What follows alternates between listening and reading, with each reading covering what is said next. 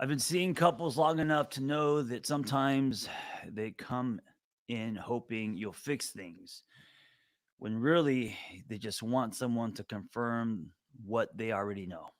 They sit there all pent up, frustrated, and sideways glances, waiting for me to choose sides. Spoiler alert, that never works. But when Brian and Jess walked into my office, I knew they were different.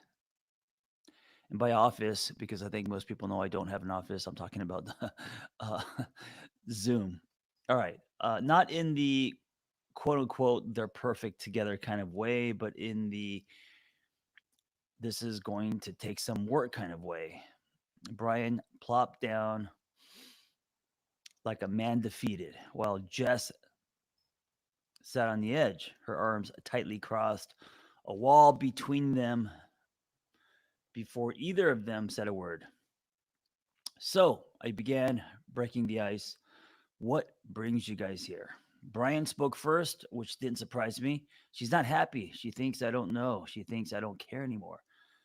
Jess scoffed. It's not about thinking, Brian. It's about knowing. You don't try anymore. You don't put in the effort. I feel like I'm carrying this relationship on my back and you're just along for the ride. Here we go. I glanced I glanced at Brian, whose jaw tightened. That's not fair, Jess. I am working. I'm keeping the lights on. That's effort, isn't it? Jess didn't miss a beat. Oh, yeah, working your 60-hour weeks and then coming home to collapse on the couch. Real romantic. Meanwhile, I'm handling the kids, the house, the bills, everything. And when I ask for a little help, you act like I'm being unreasonable. Brian sighed,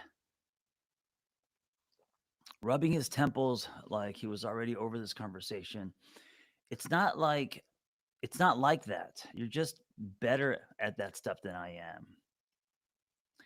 Oh my gosh, that's dangerous territory there. You always take charge. So I figured you'd rather do it. And that's your excuse, just snapped. I take charge because if I didn't, nothing would get done. You don't offer, you don't ask, you don't even see it. Now, this was familiar territory. I'd heard versions of this story more times than I could count. One partner over functioning and the other checked out. The result, resentment festering like an open wound. But something about Jess and Brian felt different. Like they both wanted something more than just validation. They wanted to fix it. I just had to help them see how. Okay, I said, holding up a hand to slow the rapid fire accusations. Let's hit pause for a second. Jess, you're feeling like the relationship is lopsided. You're carrying too much weight, and Brian's not pulling his share. Is that right? Jess nodded, her lips pressed into a tight line. Brian looked ready to defend himself, but I held up a hand again. And Brian, you feel like you're contributing by working, but maybe you're missing what Jess needs from you outside of that. Brian hesitated before giving a slow nod. Yeah, I guess. So we have a situation where both of you are contributing, but not in a way that feels balanced or recognized by the other. Does that sound familiar? Does that sound fair? They both nodded, though Jess still looked skeptical. What I'm hearing, I continued, is that you're not sharing the responsibility for the relationship's growth. Jess, you've been holding most of it while Brian has been focusing on other aspects, but the relationship needs both of you fully engaged in different ways. Jess shifted in her seat, uncrossing her arms slightly. But how am I supposed to know he even cares?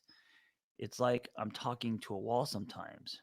Brian sighed, staring at the floor. It's not that I don't care. I don't know how to fix it. I leaned forward, keeping my tone calm but direct. That's the thing, Brian. It's not about fixing it. It's about showing up consistently. Relationships don't run on autopilot. They need fuel from both people. When was the last time you asked Jess how she was feeling or offered to help with something around the house without her asking? He blinked at me,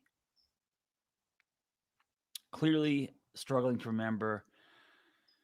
I don't know. I guess it's been a while. Jess snorted. Try never. I turned to her and Jess, have you told Brian what you need from him specifically? Not just a frustration, but in a way that makes it clear what would make you feel supported. She opened her mouth, but stopped short, considering the question. I mean, I thought it was obvious. It might be obvious to you, I said gently, but maybe Brian clever, needs not clever, clearer signals. He's not inside your head after all.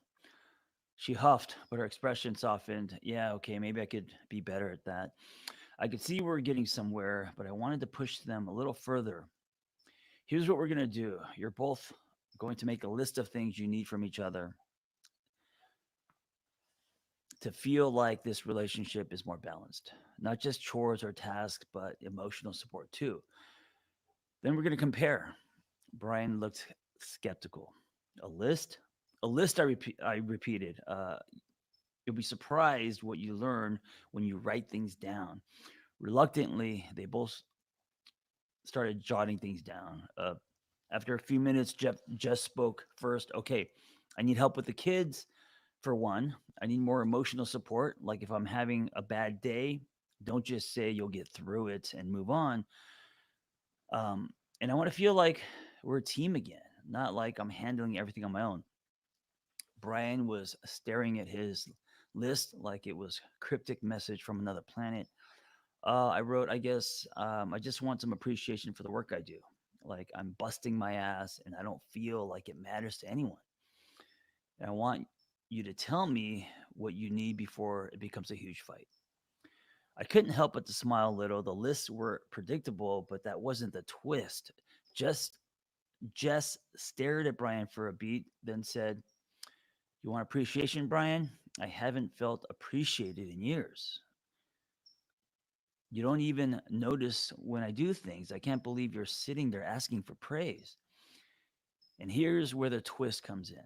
Brian set his list down, rubbing his temples like the weight of it all was suddenly pressing down on him. And then he spoke, and I swear his voice cracked. Jess, it's not that I don't notice, it's that I don't know how to show you I notice. My dad wasn't exactly a role model for this stuff, you know? He worked, he came home, he sat on the couch. That's that's what I know. I'm not saying it's right, but it's all I've ever seen. I thought if I was doing my part, working, paying the bills, that was enough. But I'm starting to get that it's not.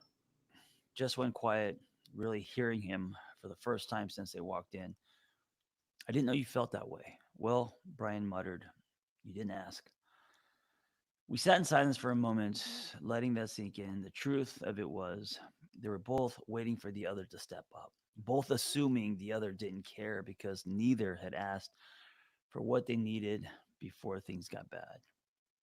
You know, I said finally, it sounds like you both you have both been carrying different loads, but neither of you is seeing what the other is bringing to the table. This is where sharing the responsibility for the relationship's growth comes in. It's not just about who does chores or who works the longest hours. It's about showing up emotionally, checking in with each other, and making sure that you're both moving forward together. Brian looked up, his face softening. So, what do we do now? Jess sighed, her tone lighter than before. I guess we start by talking to each other more, and I'll try to tell you what I need before I explode. Brian nodded, and I'll try to actually listen when you do. It wasn't an overnight fixed. It wasn't an overnight fix, but it was a start. They left my office that day with a little less weight on their shoulders, knowing that this wasn't about one person carrying the whole thing. It, it was about both of them holding up their half of the sky side by side.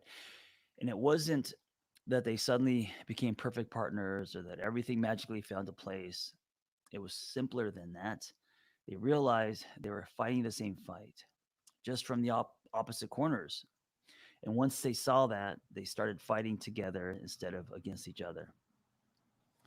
That's the real magic of sharing responsibility in a relationship. It's not about splitting everything 50-50. It's about realizing You're on the same team, even when the scoreboard looks a little lopsided.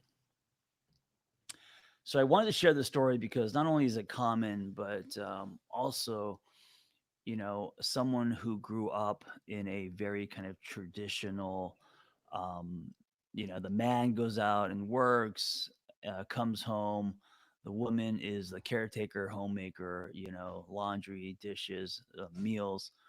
Um, I grew up watching that. I grew up where I thought that was the norm. And I think these days that's an old blueprint. It doesn't work for most people. And listen, if it works for you, great, because it's not about the actual roles, right? It's not about the gendered roles. Um, if you're okay with that, great. It's more about your truth and what empowers you. But it's about creating something that is unique to you and your partner. It's about creating spaces where people feel heard and appreciated and valued, And so this is kind of I think a common thing where couples who are kind of trying to trace an older blueprint with traditional role models and then feeling unheard and alone and underappreciated in relationships. And my thing is, what would it look like to co-create? And by co-creating, I mean um, starting over, blank canvas, and redefining everything. What works for you. Kind of like throwing the old frame of what a relationship looks like out the window, creating something that is new without stains from previous generations, and whatever works for you and your partner. And with in these days, it's all about customization. So it could be anything, right? So whether we're talking about a redistribution of uh, chores at home or different relationship models, whatever works for you and your partner, I think um, co-creating whatever feels aligned. Anyway, thank you for listening. Be well. I'll do more. I'll share more client stories. I'm writing a new book and I'm scattering them in my book. And so this will be a series. And also just wanted to remind you, Single on Purpose, the app where I'm creating a safe place for people who hate swiping is basically every single I know who hates swiping is going to be a space for you to kind of connect to yourself first, and then also meet other like-minded singles. Thank you for listening. Be well.